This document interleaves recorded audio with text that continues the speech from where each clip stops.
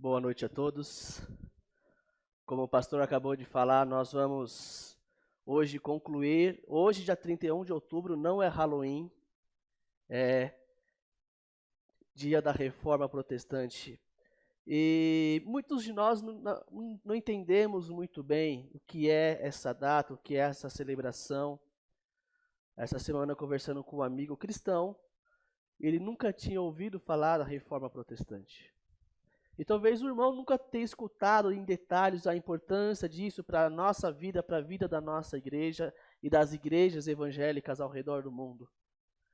Mas hoje é dia 31, hoje, como o pastor falou pela manhã, 504 anos da Reforma Protestante, dia 31 de outubro de 1517, quando Martinho Lutero prega as 95 teses, prega nas portas do castelo de Wittenberg, na Alemanha. E o que nós fizemos aqui ao longo desse mês foi estudar o que nós chamamos de 5 solas. As 5 solas não foram desenvolvidas por Lutero, por nenhum dos reformadores. Na verdade, depois da reforma, algumas pessoas se ajuntaram e para sintetizar tudo pelo qual os reformadores lutaram, aí foram criados os 5 solas, que uma palavra em latim que é para somente, que é somente a graça, somente a fé, somente a Escritura, somente Cristo e glória somente a Deus.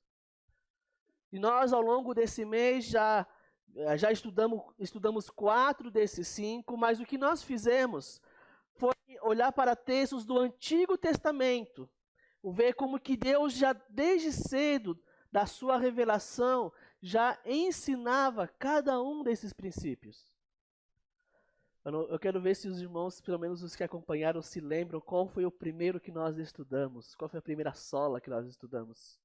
Os irmãos se lembram? Não. Oi?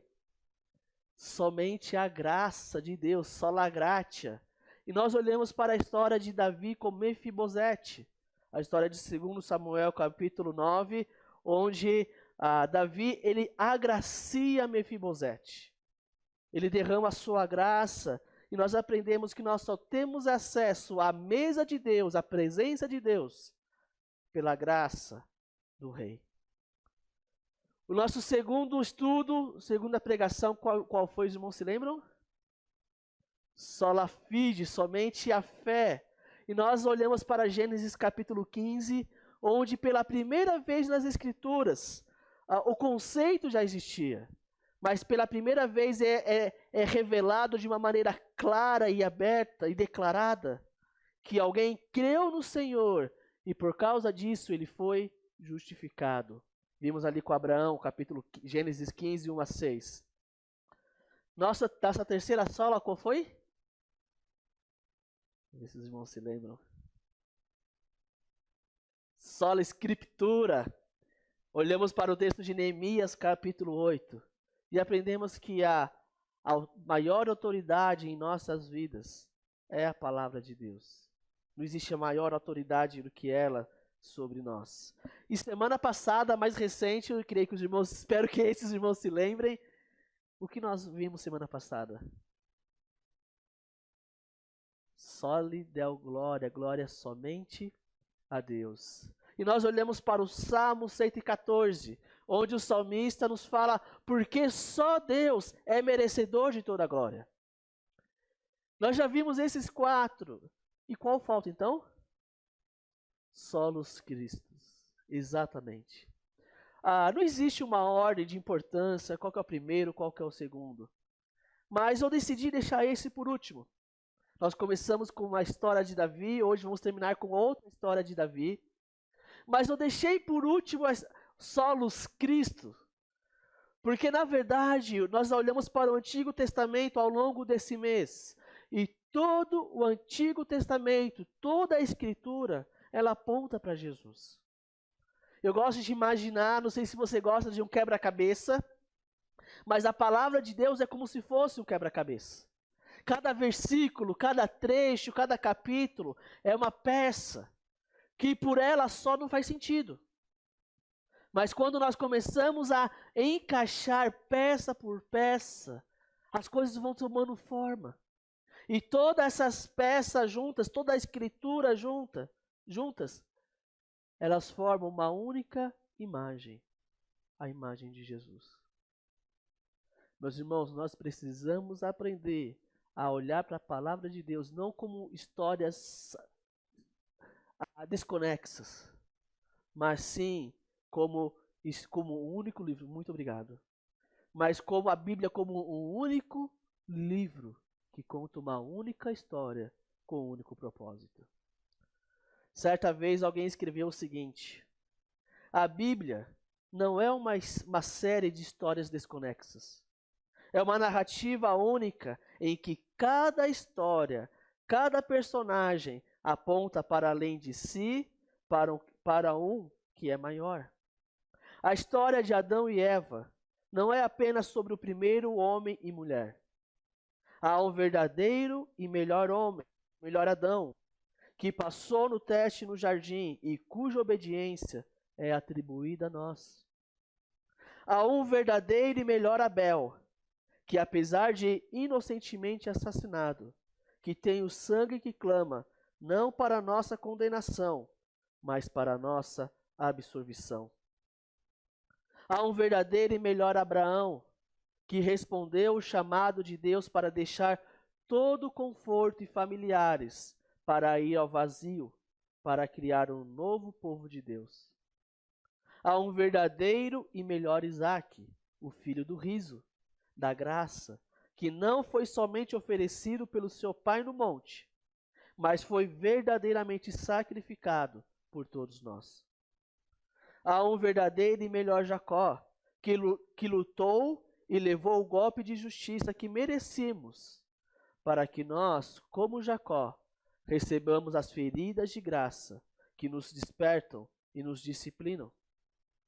Há um verdadeiro e melhor José, que a mão direita do rei perdoa aqueles que o traíram e o venderam, e usa o seu novo poder para salvá-los. Há um verdadeiro e melhor Moisés, que está de pé no vão entre o povo e o Senhor, e que media uma nova aliança. Há um verdadeiro e melhor rocha de Moisés, que atingido com o cajado de Deus, agora nos dá água no deserto. Há um verdadeiro e melhor Jó, o verdadeiro sofredor inocente que intercede e salva seus tolos amigos. Há um verdadeiro e melhor Esther, que não simplesmente arriscou perder palácios terrenos, mas perdeu o mais elevado palácio celestial, que não simplesmente arriscou sua vida, mas deu sua vida para salvar seu povo. Há um verdadeiro e melhor Jonas, que foi expulso do meio da tempestade, para que nós pudéssemos ser trazidos para a presença de Deus. Há um verdadeiro e melhor Cordeiro da Páscoa, inocente, perfeito, indefeso, escravizado para que o anjo da morte passe por nós. Ele é o verdadeiro templo, o verdadeiro profeta, o verdadeiro sacerdote, o verdadeiro rei, o verdadeiro sacrifício, o verdadeiro cordeiro, a verdadeira luz e o verdadeiro pão. A Bíblia não é uma série de histórias desconexas. É uma narrativa única que aponta para uma pessoa, Jesus. E nós precisamos aprender a olhar dessa forma para as Escrituras.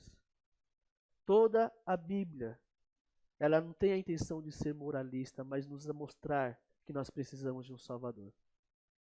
E esse Salvador é o tema da nossa sola de hoje, Cristo Jesus. Então nós olharemos para um texto da palavra de Deus muito conhecido por todos os irmãos, que os irmãos sabem de cor, mas nós vamos olhar para detalhes que nos ensinam muita coisa. Abra sua Bíblia em 1 Samuel 17. Nós aprenderemos hoje sobre a história de Davi e Golias. E nós vamos olhar para essa história hoje à noite.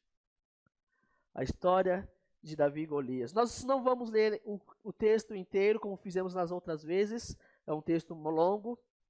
Mas a história de Davi e Golias é muito interessante, porque praticamente todos nós, ou quase todo mundo, conhece essa história. Nós sabemos a história de um homem um pastor de ovelhas que venceu um gigante.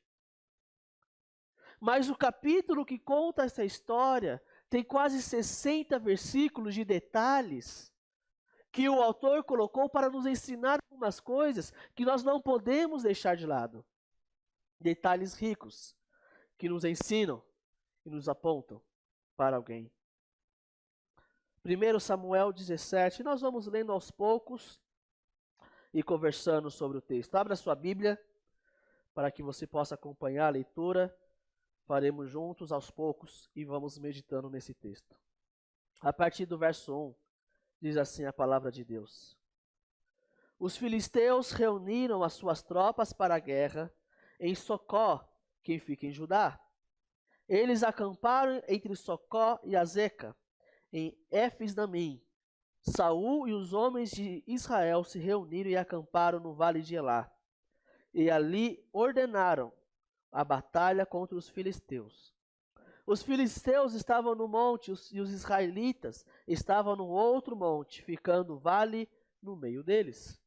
Antes de nós olharmos para o texto, é muito importante nós lembrarmos de algumas coisas que aconteceram antes.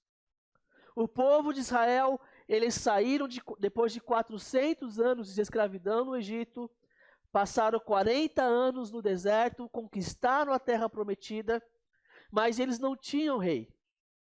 E foi o período que nós chamamos de período dos juízes, um período de cerca de 300 a 350 anos, onde juízes governavam em nome do povo. Só que foi um dos piores períodos de Israel.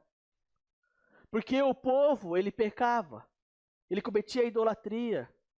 Então Deus enviava uma outra nação para conquistá-los, para os oprimir. Então o povo clamava ao Senhor, se arrependia, Deus levantava um juiz, aquele juiz libertava o povo de Israel, e enquanto aquele juiz vivia, o povo obedecia ao Senhor. O povo morria, o ciclo começava tudo novamente. Mas no final desse período, Israel, olhando para as nações em volta, perceberam que todas tinham um rei e falaram: queremos um rei para nós. Então Deus fala para Samuel ungir um rei, e o rei escolhido foi Saul. E na nossa história, quem está reinando é Saul. Mas Deus, ele fica descontente com Saul. Deus rejeita: eu não quero mais Saul e a sua dinastia como rei. Então, no capítulo 16, nós temos a unção de Davi. Quando Deus fala para Samuel: não quero mais ele, você ungirá uma outra pessoa. Então Samuel vai até Belém, até a casa de Jessé. Todos os filhos de Jessé são apresentados a ele, por último Davi, e Deus fala: é esse. E no capítulo 16, Davi é ungido como rei. E talvez você imagine no final do capítulo 16, ou pelo menos na metade, depois de ser ungido, Davi indo para o palácio conquistar o trono. Mas Davi, ele volta para as suas ovelhas, mesmo já tendo sido ungido como rei. Ele volta para pastorear as suas ovelhas, mas ele tem acesso à presença do rei, porque como fala no verso 14 do capítulo 16, fala que o rei Saul, ele ficava perturbado. Então Davi era chamado para tocar a sua harpa e o rei ficar calmo.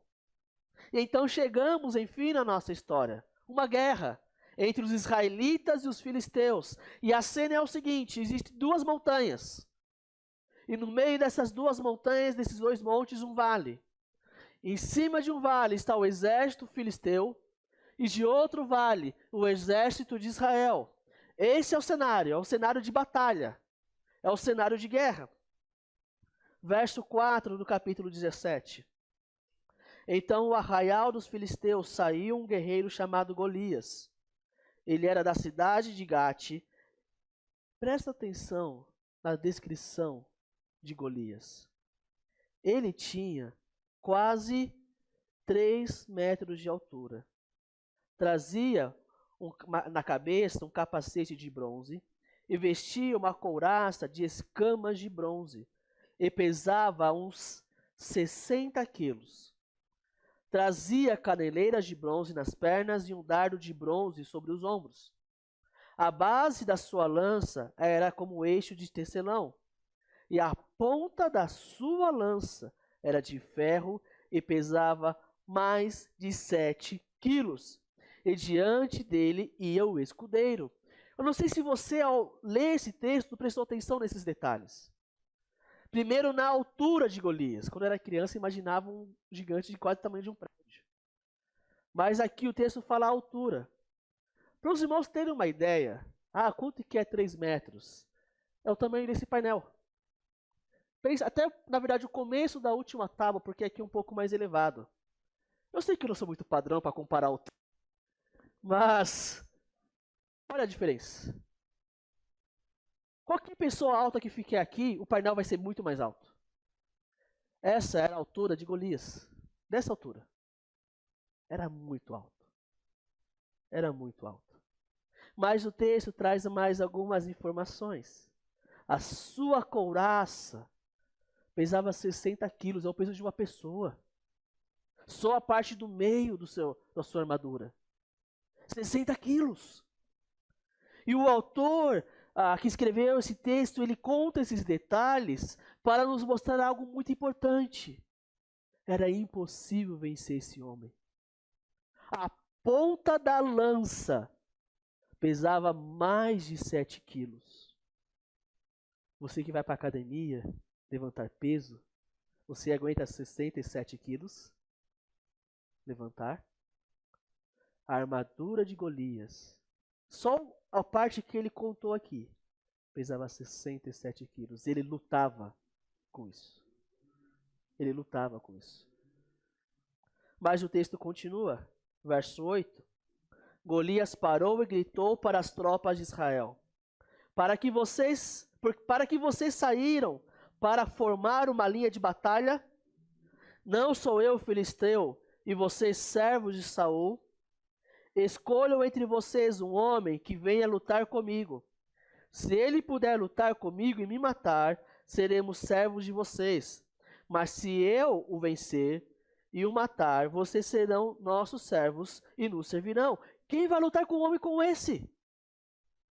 Dessa altura, que uma armadura de quase 100 quilos. Ninguém tem condições de lutar contra um homem desse. E aqui acontece algo que não era todas as batalhas que aconteciam, mas algumas batalhas isso existia. A batalha era decidida entre dois guerreiros, que lutavam entre si, cada um representando um exército. E o vencedor vencia a batalha. E Golias faz esse desafio. Ele conhece ele. Ele sabe que provavelmente não teria ninguém páreo para ele. Ele fala: trago alguém de vocês para lutar contra mim. E se eu vencer, vocês nos servirão. Se vocês servirem, nós te serviremos. Meus irmãos, é impossível. E a riqueza desse texto é para nos apontar: o que está acontecendo aqui é algo incomum. Olha o verso 10, e o filisteu continuou: Hoje eu desafio as tropas de Israel. Dê-me um homem para que lute comigo. Verso 11.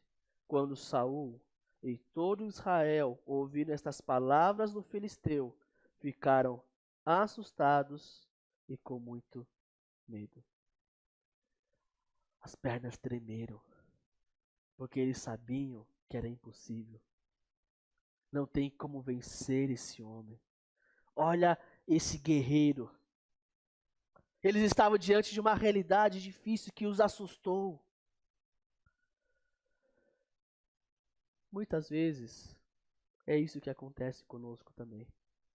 Realidades que acontecem em nossas vidas, nós ficamos com medo e assustados. Quantos de nós não ficamos com medo durante a pandemia, porque um familiar ou você mesmo pegou Covid? E você teve medo. Ou talvez alguma outra doença, um familiar doente, e você vive com medo, a cada dia mal consegue dormir. Será que hoje é o último dia da pessoa? Ou talvez que você já está há um bom tempo procurando emprego e você não consegue. Passa mês e mês e você começa a desanimar e você fica com medo, porque você tem contas a pagar. Os boletos estão vencendo e você fica com medo. Você fica com medo de brincadeiras por você ser cristão na escola, na faculdade. A vida é assim. Nos trazem gigantes que nos fazem tremer. Talvez você fique com medo porque você está vendo o seu casamento sendo destruído e você tem medo do seu casamento acabar. E você fica assustado e não sabe o que fazer. Seus filhos talvez longe do Senhor e você fica com medo. O texto, se você já um dia já sentiu medo, esse texto é para você. Porque todos nós ficamos assustados e com medo, porque assim é que a vida trazem realidades para nós difíceis, que nos abalam. Mas o texto não termina aqui. Porque logo em seguida de falar que eles estavam com medo, a primeira coisa que o próximo versículo fala, Davi era filho daquele Efrateu de Belém de Judá, cujo nome era Jessé e que tinha 8 filhos. Aqui parece que o autor está escrevendo até de uma maneira meio informal. Sabe aquele Jessé do capítulo 16? É desse mesmo que eu estou falando agora. Parece que o autor está falando assim aqui. Sabe aquele Efrateu? Ele tinha um filho chamado Davi. Aquele, o mais novo dele, o caçula. E o verso continua: nos dias de Saul, Jessé já era bastante idoso entre os homens. Os 3 filhos mais velhos de Jessé tinham ido com Saul para a guerra. Esses 3 que tinham ido para a guerra se chamavam Eliabe, que era o primogênito, Abinadab, que era o segundo, e Samar, que era o terceiro. Davi era o mais moço, caçula. Só os 3 mais velhos seguiram Saul. Davi, porém, ia a Saul e voltava para apacentar as ovelhas de seu pai em Belém. Olha o verso 16. Não sei se você já prestou atenção nesse detalhe na história. O filisteu vinha de manhã e de tarde, apresentando-se durante 40 dias. Quando Davi foi para lá, o povo já estava naquela 40 dias. Toda manhã e toda tarde, Golias chegava, descia no vale e desafiava o povo de Israel. Tem alguém para lutar contra mim? 40 dias e o povo com medo. E o povo assustado. Verso 17. Jessé disse a Davi, seu filho: peço que você leve para os seus irmãos uma medida deste trigo tostado e estes 10 pães. Corra e leve isso para seus irmãos no acampamento. Porém, esses 10 queijos leve-os para o comandante de 1000. Veja como seus irmãos estão passando e traga uma prova de que estão bem. Saul, eles e todos os homens de Israel estão no vale de Elá lutando contra os filisteus. Provavelmente chegou o momento em que a comida estava acabando. 40 dias ali, a comida começou a ficar escassa. E Belém, para essa região que estava acontecendo a guerra, era um pouco mais de 20 quilômetros apenas. Então, fala, Davi, seus irmãos estão na batalha, já há 40 dias, a comida está acabando, vai levar comida para eles. Então, Davi começa a ser introduzido na história. É dessa forma que ele vai parar naquela batalha.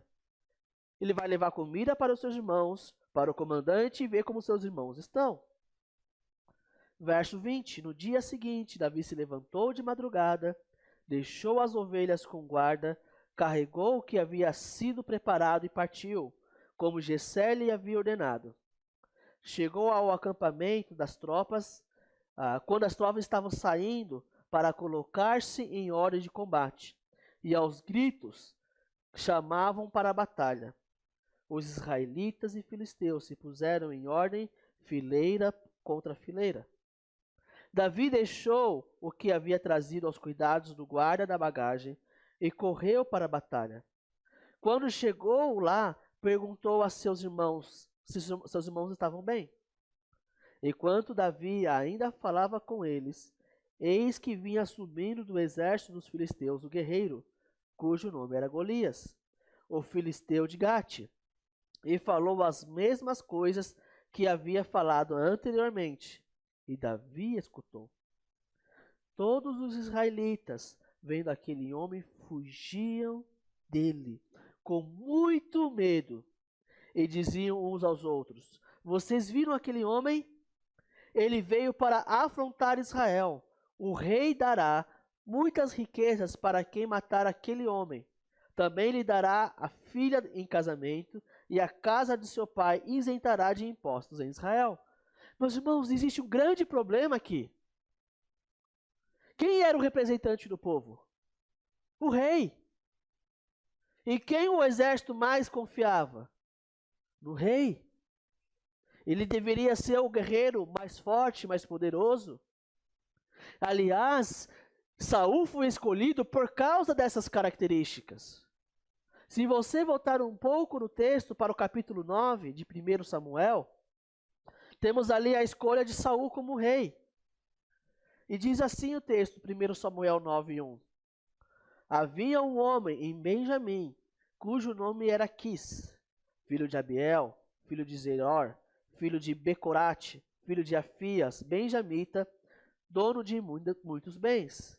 Ele tinha um filho chamado Saul, moço e tão belo, que entre os filhos de Israel não havia outro mais belo do que ele.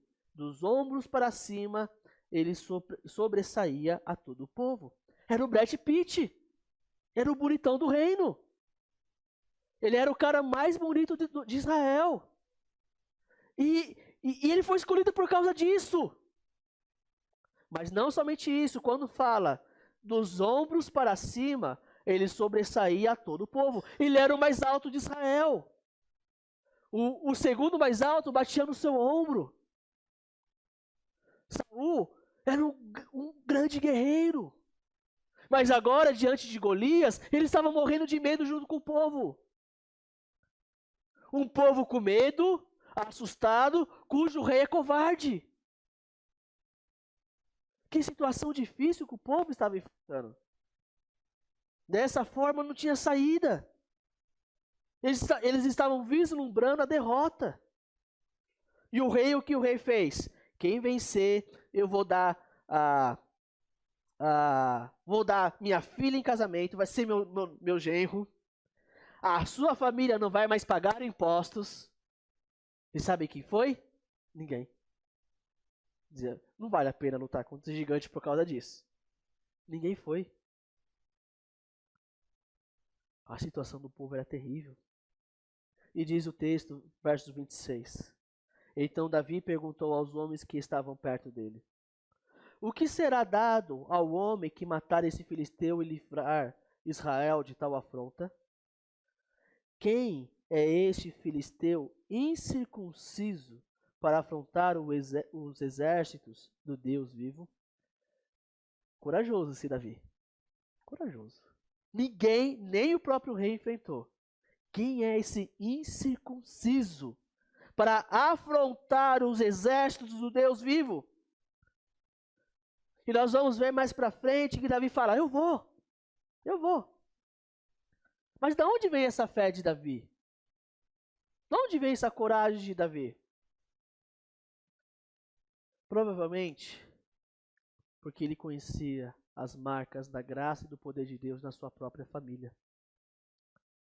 Eu fico imaginando Davi pequeno, Jessé, o pai dele chega para ele, Davi, eu vou te contar uma história dos meus avós. Meus avós, Davi, se chamavam Boaz e Ruth. Ruth nem era israelita, uma moabita. Mas ela aceitou o nosso Deus. E ela estava destinada a virar talvez prostituta, porque não tinha trabalho. Destinada à pobreza. Mas um parente nosso, meu avô Davi, Boaz, foi e resgatou ela dessa situação. Uma situação terrível foi transformada em esperança pela graça e pelo poder de Deus, Davi. Davi, aconteceu com os meus avós isso. Sabe demais, Davi? Não acabou ainda. Sabe, a minha bisavó, Davi, também não era israelita. Era também uma mulher da vida, fazia coisas erradas. Mas um dia ela ficou sabendo, ela morava numa cidade chamada Jericó. E ela ficou sabendo que estava chegando um grande exército chamado povo de Israel. E esse povo de Israel mandou alguns espias. E a minha bisavó, Davi, foi e escondeu esses espias, ajudou eles. E ela também creu no Deus de Israel. E ela foi preservada. Davi, o nome da minha bisavó era Raabe, a mãe de Boaz. Davi conhecia essas histórias. A sua família foi marcada pela graça e poder de Deus. E isso trouxe confiança para ele lutar contra o gigante. Ele conhecia a respeito de Deus. Verso 27. E o povo lhe repetiu as mesmas palavras, dizendo: é isso que será dado ao homem que o matar. Eliabe, o irmão mais velho, ouviu Davi falando com aqueles homens. Ele ficou irado com Davi e disse: por que você veio para cá? E com quem você deixou aquelas poucas ovelhas no deserto? Será que sei que você é presunçoso e mau. Você veio aqui só para ver a batalha. Olha que acusação pesada que Davi sofreu pelo próprio irmão. Davi, cadê aquelas poucas ovelhas que você fica cuidando? Vai cuidar delas. Eu sei que você é mau, Davi, e presunçoso. Você está aqui só para ver a batalha. Mas por que será que Eliabe tratava Davi dessa forma? Nós não sabemos ao certo.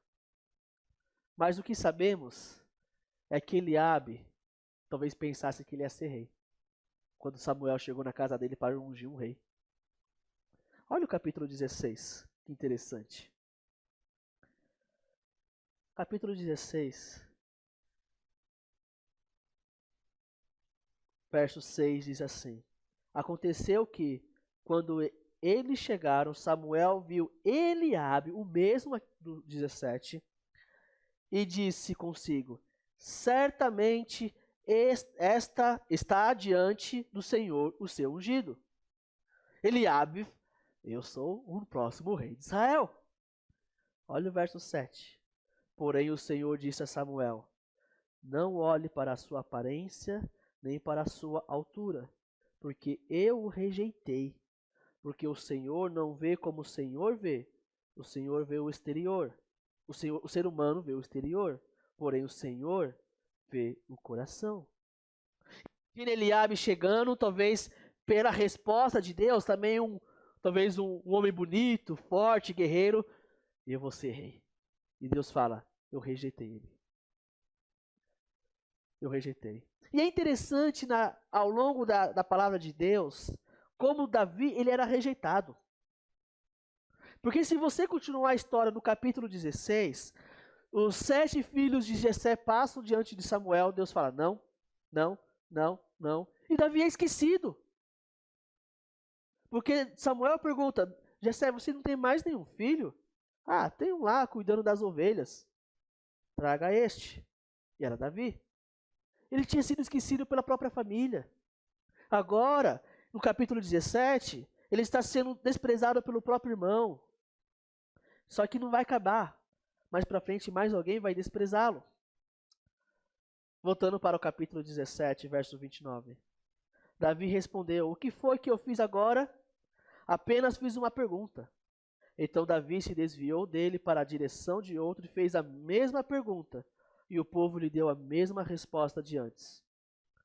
Alguns homens que tinham ouvido as palavras de Davi foram anunciar a Saul, que o mandou chamar, e disse Davi disse a Saul: que ninguém desanime por causa dele. este seu servo irá lutar contra esse filisteu. O rei com medo, o exército com medo. Chega um pastorzinho de ovelha que nunca foi para a guerra e fala: não fica com medo não, eu vou lutar. Eu vou lutar. Eu fico imaginando a risada de lá, talvez de Saul, dos oficiais. Davi, tá bom. Porém, Saul disse a Davi: você não poderá ir contra esse filisteu para lutar contra ele. Você ainda é jovem e ele é guerreiro desde a sua mocidade. Davi respondeu: este seu servo apacentava as ovelhas do pai. Quando vinha um leão ou um urso, ele levava um cordeiro do rebanho. Eu saía atrás dele, batia nele e livrara o cordeiro da sua boca. Se ele se levantava contra mim, eu o agarrava pela barba e o golpeava até matá-lo. Imagina Davi lutando com o leão, agarrando pela juba. Verso 36. Este seu servo matou tanto o leão como o urso. Este filisteu incircunciso será como um deles, porque afrontou os exércitos do Deus vivo. E Davi continuou: o Senhor me livrou das garras do leão e das garras do urso. Ele me livrará das mãos deste filisteu. Que tamanha confiança desse homem. Então Saul disse a Davi: vá, e que o Senhor esteja com você. Saul vestiu Davi com a sua própria armadura, pôs um capacete de bronze na cabeça dele e o vestiu com a sua couraça. Davi cingiu a espada sobre a armadura e tentou andar, pois jamais a havia usado. E Davi disse a Saul: não posso andar com isso, porque nunca o usei. E Davi tirou aquilo de sobre si, pegou o seu cajado na mão, escolheu 5 pedras lisas do ribeiro e a pôs no alfarje de pastor, que trazia consigo, e a sua funda na mão foi na direção do filisteu. Meus irmãos, qual é a probabilidade de Davi, que nunca foi para a guerra, lutar contra um homem dessa altura, com uma armadura de quase 70 quilos, e Davi sem armadura, sem espada? Qual é a probabilidade de Davi vencer essa batalha? Nenhuma. Essa é a ideia do autor. A ideia do autor é impossível. Não tem como. Humanamente falando, não existe a mínima possibilidade desse plano dar certo. Verso 41. O filisteu também vinha caminhando e se aproximava de Davi. Ia à frente dele o seu escudeiro. Tinha um escudeiro na frente de Golias ainda, como se precisasse. O filisteu olhou e vendo Davi, o quê? Desprezou, porque era apenas um moço ruivo e de boa aparência. Mas alguém desprezando Davi, um histórico de desprezo na vida dele. Olha o que o filisteu disse a Davi: será que sou um cachorro para que você venha contra mim com um pedaço de pau? E pelos seus deuses, o filisteu amaldiçoou Davi e disse mais a Davi: vem aqui, que eu darei a sua carne às aves dos céus e aos animais do campo. Davi, porém, disse ao filisteu: você vem contra mim com espada, com lança e com escudo. Eu, porém, vou contra você em nome do Senhor dos exércitos, o Deus dos exércitos de Israel, a quem você afrontou. Hoje mesmo o Senhor entregará você nas minhas mãos. Eu o matarei, cortarei a sua cabeça, e hoje mesmo darei os cadáveres do arraial dos filisteus, às aves dos céus e às feras da terra. E toda a terra saberá que há Deus em Israel. Toda essa multidão saberá que o Senhor salva, não com espada nem com lança, porque do Senhor é a guerra, e ele entregará todos vocês nas nossas mãos. E aconteceu que quando o filisteu se levantou e começou a se aproximar de Davi, este se apressou e, deixando as suas fileiras, correu ao encontro ao filisteu. Davi meteu a mão no alforje, tirou dali uma pedra e com a sua funda a atirou contra o filisteu, atingindo-o na testa. A pedra se encravou na testa e ele caiu com o rosto no chão. Assim Davi derrotou o filisteu com uma funda e com uma pedra. Ele derrubou e o matou. Não havia nenhuma espada na mão de Davi. Por isso Davi correu e, lançando-se sobre o filisteu, pegou a espada dele, tirou-a da bainha e o matou, cortando com ela a cabeça dele. Quando os filisteus viram que o seu herói estava morto, fugiram. Então os homens de Israel e Judá se levantaram, deram um grito e perseguiram os filisteus até Gate e até os portões de Ecrom. Os filisteus caíram feridos pelo caminho de Saaraim, até Gate e até Ecrom. Então os filhos de Israel voltaram da perseguição aos filisteus e saquearam o acampamento deles. Davi pegou a cabeça do filisteu e o levou para Jerusalém. Porém as armas dele, Davi colocou em sua própria tenda. Quando Saul viu Davi saindo para encontrar-se com o filisteu, perguntou a Abner, o comandante do exército: Abner, aquele jovem é filho de quem? Abner respondeu: Juro pela sua vida, ó rei, que não sei. E o rei disse: Então pergunte de quem esse jovem é filho. Quando Davi voltou depois de matar o filisteu, Abner o tomou e o levou à presença de Saul. Davi ainda trazia na mão a cabeça do filisteu. Então Saul lhe perguntou: Meu jovem, de quem você é filho? Davi respondeu: Sou filho de seu servo Jessé, o belemita. Meus irmãos, que história fantástica. Ou seja, a vida vai te trazer gigantes. Você pode então vencê-los. Derrube os gigantes da sua vida. É disso que se trata esse texto? Não. Porque há um verdadeiro e melhor Davi, cuja vitória se torna a vitória do seu povo, apesar deles nunca terem levantado uma pedra para cumprir por eles próprios. Davi, ou melhor, o povo de Israel precisou de um rei, de alguém para o salvar. E nós precisamos de um Salvador também. Sabe por quê? Porque a vida assim nos traz gigantes. E diante desses gigantes, nós ficamos com medo e ficamos assustados. E nós precisamos de alguém, de um rei que vença a batalha por nós. Não tem a ver com a sua força, com a sua capacidade, mas com a força do rei e da coragem dele. E esse rei, Deus providenciou um rei para Israel, Davi.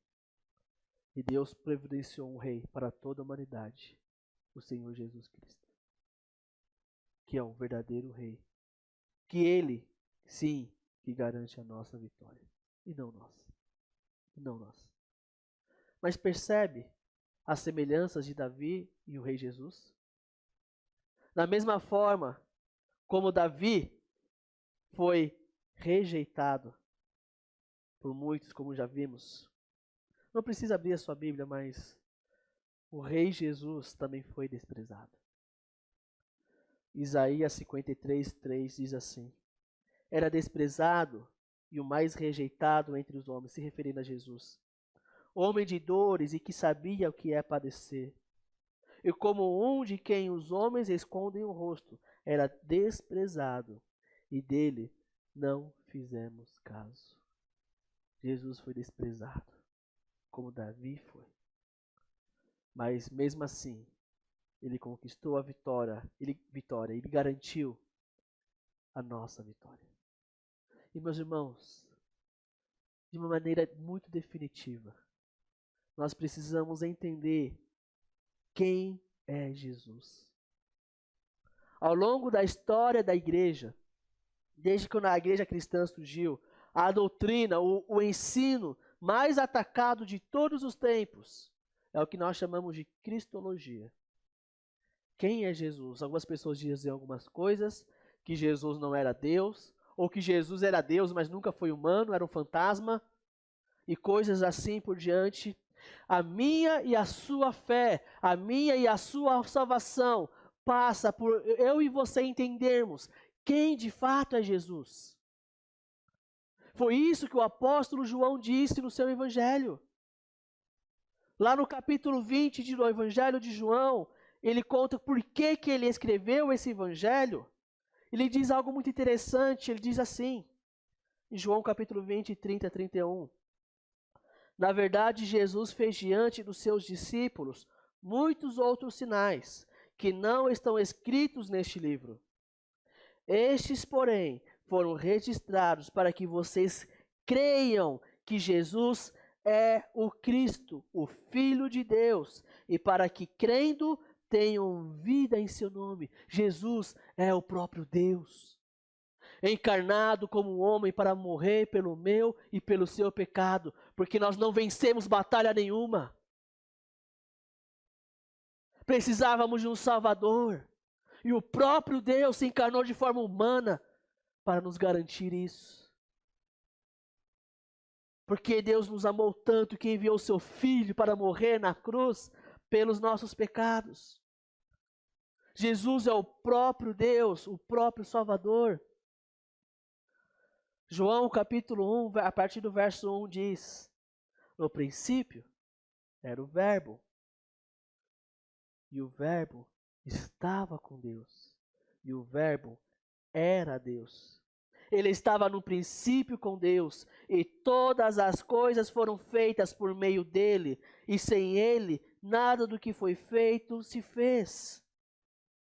Deus disse: haja luz. E a palavra de Deus disse que a palavra de Deus é o próprio Filho.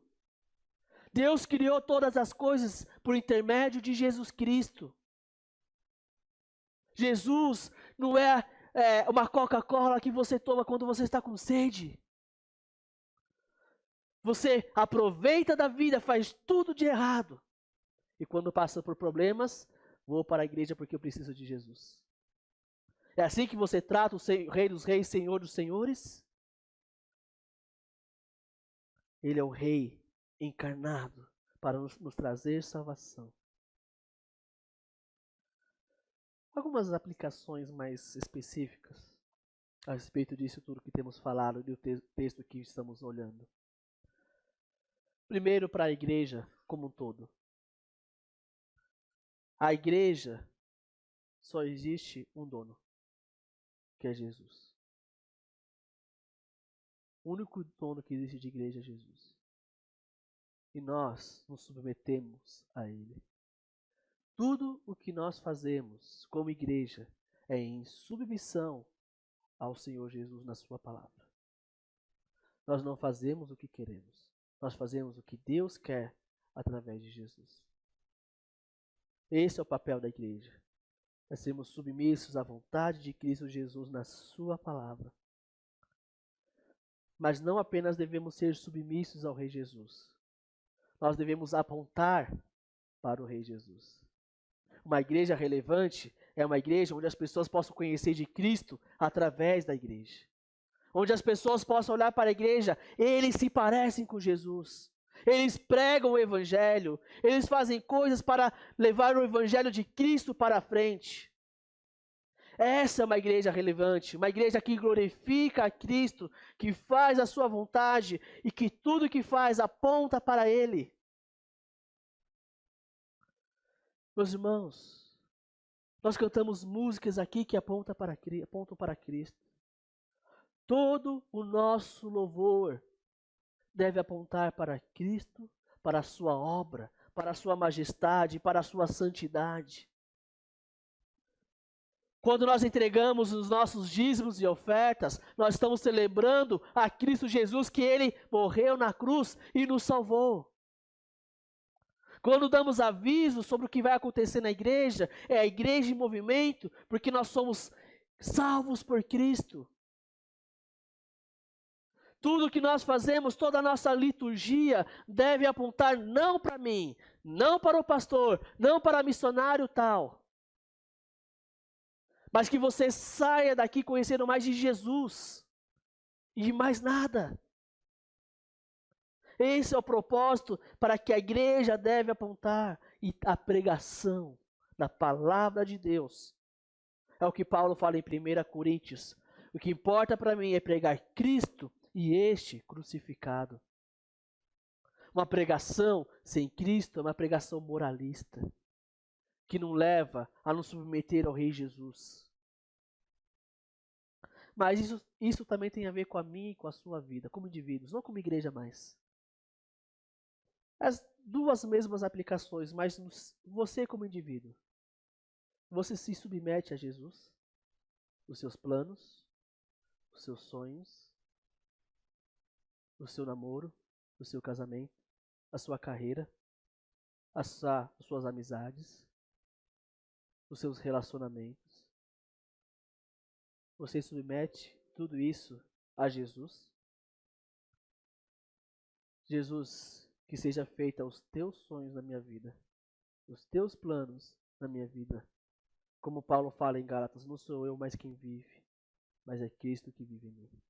Sabe por quê? Porque Cristo morreu a morte, que era minha e sua. Ele viveu a vida que nós não conseguimos viver por causa do pecado. Mas ainda assim podemos viver mostrando Cristo através de nós. É isso que Paulo fala em Romanos 8, 28 e 29. Que todas as coisas cooperam para o bem daqueles que amam a Deus, a saber, os que creem no seu nome, para que sejamos formados à semelhança do seu Filho Jesus Cristo. A nossa vida também deve apontar para Jesus. As pessoas devem ver em nós Jesus Cristo. Muitas vezes nós usamos pulseiras como essa, que dizem, o que faria Jesus? Carregamos no pulso, mas isso não está gravado no coração. Porque você não quer submeter a sua vida a Jesus Cristo. É o que eu quero, isso que importa. É isso que o povo de Israel precisava entender. Nós somos submissos ao rei Davi, e nós somos submissos ao rei Jesus. E é isso que Lutero na Reforma lutava. Que a salvação se dá por intermédio apenas de Jesus. Apenas por meio dele. E o texto que já foi lido, que nós cantamos também. Colossenses capítulo 1, versos 15 até o verso 20. Diz assim. Eu vou ler um versículo antes, na verdade. Ele nos libertou do poder das trevas e nos transportou para o reino do seu Filho amado, em quem temos a redenção e a remissão dos pecados. Ele é a imagem do Deus invisível, se referindo a Jesus, o primogênito de toda a criação. Pois nele foram criadas todas as coisas, nos céus e sobre a terra, as visíveis e as invisíveis, sejam tronos, sejam soberanias, quer principados, quer potestades. Tudo foi criado por meio dele e para ele. Ele é antes de tudo, antes de todas as coisas. Nele tudo subsiste. Ele é a cabeça do corpo, que é a igreja. Ele é o princípio, o primogênito dentre os mortos, para ter a primazia em todas as coisas. Porque Deus achou por bem que nele residisse toda a plenitude, e que, havendo feito a paz pelo sangue da cruz, por meio dele reconciliasse consigo mesmo todas as coisas, quer sobre a terra, quer nos céus. O plano de Deus é colocar todas as coisas nos céus, na terra, passado, presente e futuro, debaixo da autoridade, do governo e da liderança de Jesus. Efésios capítulo 1, 9 e 10 diz: Ele nos revelou o mistério da sua vontade, segundo o seu propósito que ele apresentou em Cristo, de fazer convergir nele, em Cristo, na dispensão da plenitude dos tempos, ou seja, todos os tempos, todas as coisas, tanto as do céu como as da terra. O plano de Deus é colocar tudo debaixo da autoridade de Jesus. Ele é o nosso rei, Ele é o Salvador. E uma última aplicação. Talvez para você que não conheça esse Jesus ainda. Talvez para você que ainda não tenha Jesus como seu único e suficiente Salvador. Hoje você conhece um pouco mais dele. Talvez você esteja que nem o povo de Israel, com medo, assustado. Mas como Davi disse, hoje tem salvação em Deus. E o único que pode trazer salvação para as nossas almas do inferno, da condenação eterna, é o Senhor Jesus. É você colocar a sua confiança, a sua fé nele. O que o povo de Israel fez para vencer o Golias? Nada. Foi só Davi. Sabe o que precisamos fazer para sermos salvos? Crer no Rei dos Reis. Não precisamos ir para a batalha, porque a vitória já está garantida. Até a morte, porque nós que cremos em Jesus temos a vida eterna. E, meus irmãos, que a minha e a sua vida seja direcionada para Cristo. Toda vez, quase todos os dias, eu ouço essa música Colossenses 1. Porque ela me lembra que a minha vida, o meu ministério, deve apontar para Cristo. Ela me lembra isso. Vamos orar. Pai amado, obrigado pela tua palavra. Obrigado por termos olhado, Deus, por nos lembrar hoje à noite de que precisamos de um rei que o Senhor já deu a nós, o seu Filho Jesus Cristo, que já venceu a batalha por nós. Te louvamos, ó Deus, glorificamos o teu santo nome. Somos gratos por teu Filho Jesus, que pagou o preço naquela cruz pelos nossos pecados e nos dá vida eterna para aqueles que creem na obra e na pessoa de Jesus Cristo. Obrigado, Pai, que a nossa vida, de cada um, e a vida da nossa igreja, de todas as igrejas, seja uma vida cristocêntrica. Cristo é o centro de tudo. Nos ajude a lembrar disso, Pai. Obrigado por nos lembrar mais essa noite. E obrigado porque homens como Lutero, entre outros, lutaram para que hoje pudéssemos pregar livremente a respeito do teu Filho Jesus Cristo. Esta é a nossa oração, em nome de Cristo Jesus. Amém. Pastor?